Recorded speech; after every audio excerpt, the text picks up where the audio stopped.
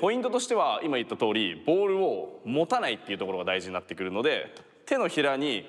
乗せます、球を。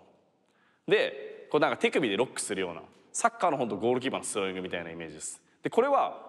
先ほど言った肘を出さないとか沈み込まないための練習にしたいので、ちょっと通常のドッジボールとは違う投げ方で、ロックした状態で手首ロックすることで肘を伸ばしちゃってほしいです。肘を曲げない、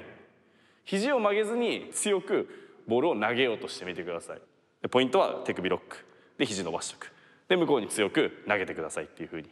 で投げさせます。ポンと。